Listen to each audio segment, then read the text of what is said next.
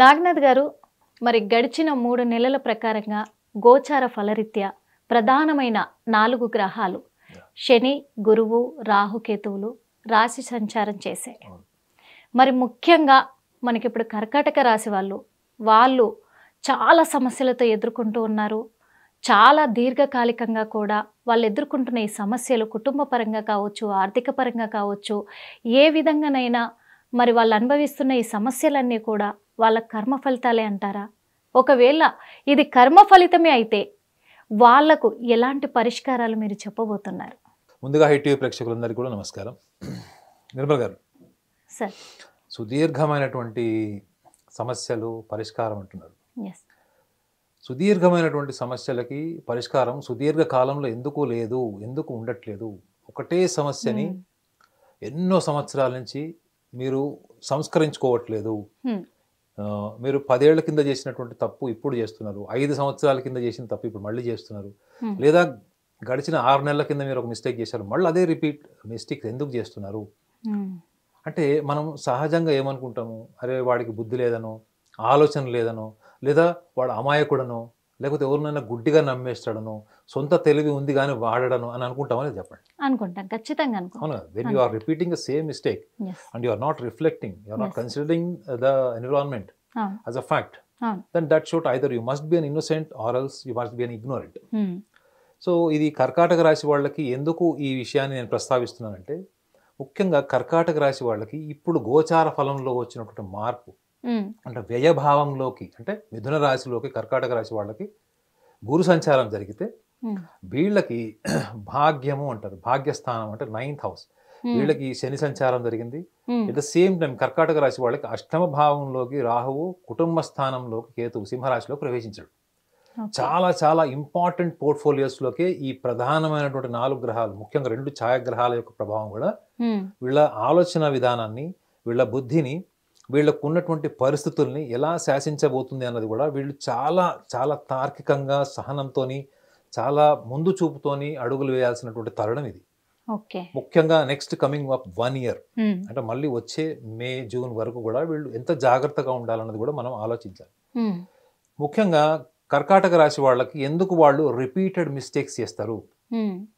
వాళ్ళు చేసే repeated mistakes వెనుక వాళ్ళకి అహంకారం ఉండదు. అంటే నాకే అని తెలుసు, నేనేం చేసినా కరెక్ట్, కాకపోతే నాకు ఎవరు చెప్పాల్సిన అవసరం లేదు అనేటువంటి అహంకారపూరితమైన స్వభావం అస్సలు ఉండదు. కానీ మరి ఎందుకు మళ్ళీ వీళ్ళు రిపీటెడ్ మిస్టేక్స్ ఎందుకు చేస్తున్నారు? ముఖ్యంగా ఏ విషయంలో వీళ్ళు చేస్తున్నారు అంటే, వీళ్ళు ఎక్కువగా వీళ్ళు చేసేటువంటి తప్పులు 2 ఉంటాయి. ఒకటి, ఎవరినైనా గుడ్డిగా నమ్మి డబ్బులు ఇస్తారు. వీళ్ళకి ఎవరన్నా కూడా నచ్చారనుకోండి, ఇక వాళ్ళ కోసం ప్రాణం కూడా ఇస్తారు. ఇంట్లో వాళ్ళకి తెలియకుండా అప్పులు చేసి క్రెడిట్ కార్డు తీసుకొని కూడా వాళ్ళ సమస్యలను వీళ్ళ సమస్యలుగా భావించి వాటికి పరిష్కార మార్గం వెతకడంలో వీళ్ళు ఆద్యులు కర్కాటక రాశి వాళ్ళు. కానీ మళ్ళీ ఎందుకు వీళ్ళు ఒక వ్యక్తి మోసం చేశాడు, మోసపోయామని తెలిసి కూడా మళ్ళీ ఆ వ్యక్తిని ఎందుకు వదులుకోలేరు, మానసికంగా వాళ్ళు ఎందుకు దూరం కాలేరు అంటే, వీళ్ళ స్వభావమే ఊబిలాగుంటుంది మేడం. మీరు ఒక్కసారి వాళ్ళ మనసులోకి వెళ్ళారంటే మీరు ఊబిలోకి వెళ్ళినట్టు. అంటే అర్థం ఏంటి? వాళ్ళ మనసులోనే ఇంకా ఇంత లోతుగా వెళ్తారు తప్ప, మీరు ఎన్నిసార్లు మోసం చేసినా, ఎంత కపట బుద్ధి ఉన్నా, మీరు ఎంత చీటింగ్ చేసినా, ఎంత పరుషంగా మాట్లాడినా వీళ్ళు వాళ్ళ నుంచి దూరం కాలేకపోవడం కారణం ఏంటంటే, వీళ్ళ స్వభావమే ఏంటంటే, వీళ్ళు భావోద్వేగాల పరంగా ఎదుటి వాళ్ళతోని ఎంత అటాచ్డ్ అయిపోతారంటే వాళ్ళు ఊబిలోకి వెళ్ళిపోతున్నట్టే ఉంటుంది. ఇంకొకసారి అటాచ్మెంట్ ఏర్పరచుకున్నారంటే ఇంకా దాని నుంచి బయటికి తీయలేరు వీళ్ళు. వాడు దుర్మార్గుడు, వాడు శత్రువు అని తెలిసి, వాళ్ళు మోసం చేస్తారని తెలిసి కూడా వీళ్ళు అచేతనంగా, అంటే వీళ్ళు ఏమి చేయలేనటువంటి పరిస్థితులను వీళ్ళు సృష్టించుకుంటారు.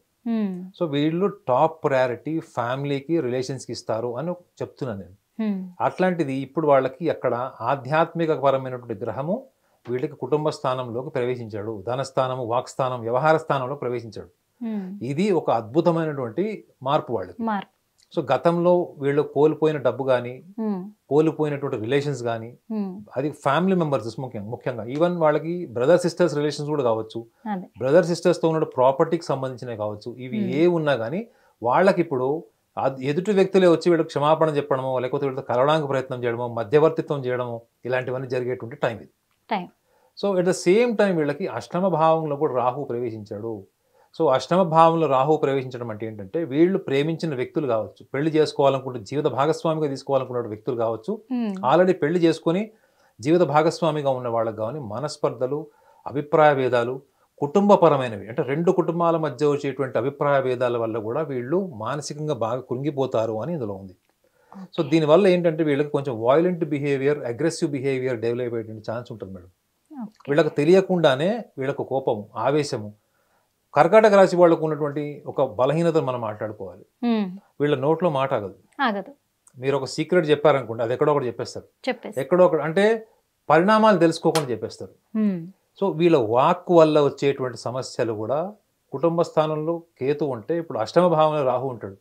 సో వీళ్ళకి life partner or else anything related to the relation with the lovers అంటే ప్రేమికుల వల్ల ఈ ఇద్దరికి సంబంధించినటువంటి సమస్యల వల్ల వీళ్ళు ఎక్కువగా సతమతం అవుతారు అని ఇందులో ఉంది. సో కాబట్టి ఇప్పుడు వీళ్ళు కర్కాటక రాశి వాళ్ళకి ఇంకొక భావాన్ని కూడా తీసుకోవాలి. సప్తమాధిపతి కూడా వీళ్ళకి, షష్టమాధిపతి కూడా వీళ్ళకి శని అవుతాడు. కాబట్టి షష్టమము అంటే ఏంటి మేడం? అన్ని కలహాలు, విడిపోవడం, అనవసరమైన నింద. చేసింది మీరు మంచి పనే, కానీ నింద ఎలా వస్తుందంటే మీరే కల్ప్రిట్ లాగా వస్తుంది. మీరు ఏం చేసి ఉంటారు, అందులో మీ ప్రమేయం ఉండదు, కానీ ఆ నింద మోయాల్సి వస్తుంది. కొంత కోర్టు కచేరీ కేసులు, అనవసరమైనటువంటి విషయాలు వీళ్ళు తలదూర్చి షూరిటీలు సంతకాలు పెట్టడం. దీన్ని బట్టి మీకు ఏమర్థమవుతుంది మేడం? వీటికి దూరం ఉండాలని అర్థమవుతుందా లేదా? ఖచ్చితంగా. షూరిటీ సంతకాలు పెట్టడం ఇలాంటివి జరగబోతున్నాయి. ఎందుకు వచ్చిన పంచాయతీ, కొంచెం మనం డిస్టెన్స్ మెయింటైన్ చేసి మన జాగ్రత్తలో మనం ఉండాలి అనుకుంటారు. ఇంకా సో ఇవి కోర్టు కచేరీలు కానీ మధ్యవర్తిత్వానికి అసలు ఇప్పుడు కరెక్ట్ పీరియడే కాదు అసలు వీళ్ళకి. మధ్యవర్తులాగా వెళ్ళడం అన్నది వీళ్ళకి కాదు. ఒకవేళ వెళితే కూడా అనివార్యమైన పరిస్థితుల్లో వెళ్ళాలి, తప్పదు, కుటుంబపరమైన సమస్య అనుకున్నా కూడా మీ యొక్క బాధ్యతని మీ భావోద్వేగాల పరంగా కాకుండా అక్కడ ఉన్నటువంటి పరిస్థితుల్ని మాత్రమే దృష్టిలో పెట్టుకోండి. ఎంత అవసరమో అంతే ఉండాలి. వీళ్ళకి ఈ విపరీతమైనటువంటి తార్కిక పరమైనటువంటి లక్షణాలు ఉంటాయి, అంటే లాజికల్ సైన్స్ ఉంటుంది, కానీ వీళ్ళు ఎక్కువగా ఎమోషనల్గా ఉండడానికి ఇష్టపడతారు వీళ్ళు. సో కాబట్టి ఈ అష్టమ భావంలో ఉన్నటువంటి రాహువు వీళ్ళకి అనవసరమైనటువంటి చెడ్డ పేరు, నిందలు, అవసరమైతే చివరికి కోర్టు కచేరీల వరకు వెళ్ళేటువంటి పరిస్థితులు కూడా వీళ్ళకి వస్తుంది. సో కాబట్టి వీళ్ళ వాక్కు, వీళ్ళ భావోద్వేగాలు, దీన్ని గనుక వీళ్ళు కొంచెం ప్రణాళికాబద్ధంగా ఆలోచించుకొని, వీళ్ళకు ఉన్నటువంటి మెయిన్ మైనస్ పాయింట్ కూడా ఏంటంటే వీళ్ళు తొందరగా వ్యక్తులతో కలిసిపోయినప్పుడు వాళ్ళ ప్రవర్తనను బట్టి వీళ్ళు ప్రేమభావం ఎంచుకుంటారు. ఇప్పుడు నా బిహేవియర్ మీ దగ్గర డ్రామాటిక్ ఉండొచ్చు మేడం, నా లోపల ఉద్దేశం వేరే ఉండొచ్చు, నాకు మీతో ఏదో పని ఉండొచ్చాను, కానీ మీ ముందు 4 షుగర్ కోటింగ్ మాటలు మాట్లాడతాను, రోజు మీకు రెస్పెక్ట్ ఇస్తాను, గౌరవం ఇస్తాను, మీరు ఏం చెప్తే అది ఫాలో అవుతుంటే యాక్టింగ్ చేస్తాను, అది మీరు నమ్మేస్తారు.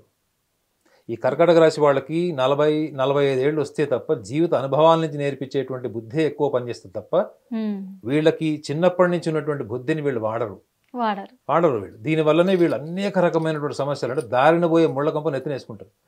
ప్లస్ దానికి తగ్గట్టుగా ఇప్పుడు కేతువు కుటుంబ స్థానంలో, అష్టమంలో రాహు, భాగ్యంలోకి శని, వ్యయంలో గురువు. కాబట్టి మొత్తం ఓవరాల్ ప్లానెటరీ పొజిషన్ ఏవైతే ఇప్పుడు 4 ప్లానెట్స్ ఏవైతే మేజర్ ప్లానెట్స్ చేంజెస్ అయినాయో వీటి వల్ల వీళ్ళకి అనుకూలంగా దాన్ని మార్చుకునేటువంటి విషయాన్ని కూడా మనం ఒకసారి చెప్పాలి.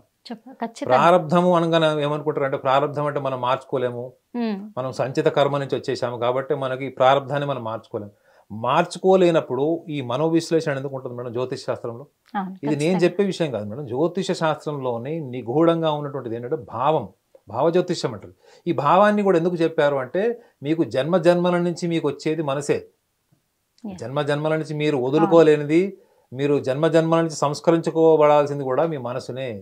కాబట్టి ఈ మానసిక స్థితిని కూడా వీళ్ళు దృష్టిలో పెట్టుకోవాలి. ఎక్కువగా భావోద్వేగాలకు లోను కావడం, అనవసరమైన విషయాల్లో వీళ్ళు ఇనిషియేట్ చేయడము, వేరే వాళ్ళ సమస్యల్ని వీళ్ళ సమస్యలుగా తీసుకొని వీళ్ళు గాడ్ ఫాదర్ లాగా అవ్వడము, వీటన్నిటి వెనుక ఉన్న బలమైన కారణం ఏంటంటే వీళ్ళకి స్వతహాగా, అంటే వీళ్ళకి స్వతహాగానే ఎంపతి ఎక్కువ ఉంటుంది మేడం. అంటే ఎదుటివాడి కోణంలో ఆలోచించి ఎదుటివాడి కోణంలోకి వెళ్ళి వాళ్ళ సమస్యని సమస్యగా భావించేటువంటి లక్షణం వీళ్ళకి పుట్టుకతో అదే వీళ్ళు గ్రహించాలి. వీళ్ళకి సంచిత నుంచి వచ్చినటువంటి ప్రారంభ కర్మకు సంబంధించినటువంటి తత్వము ఇది వీళ్ళు గ్రహించాలి.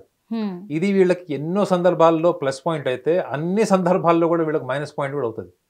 If they are not logical, if they don't observe.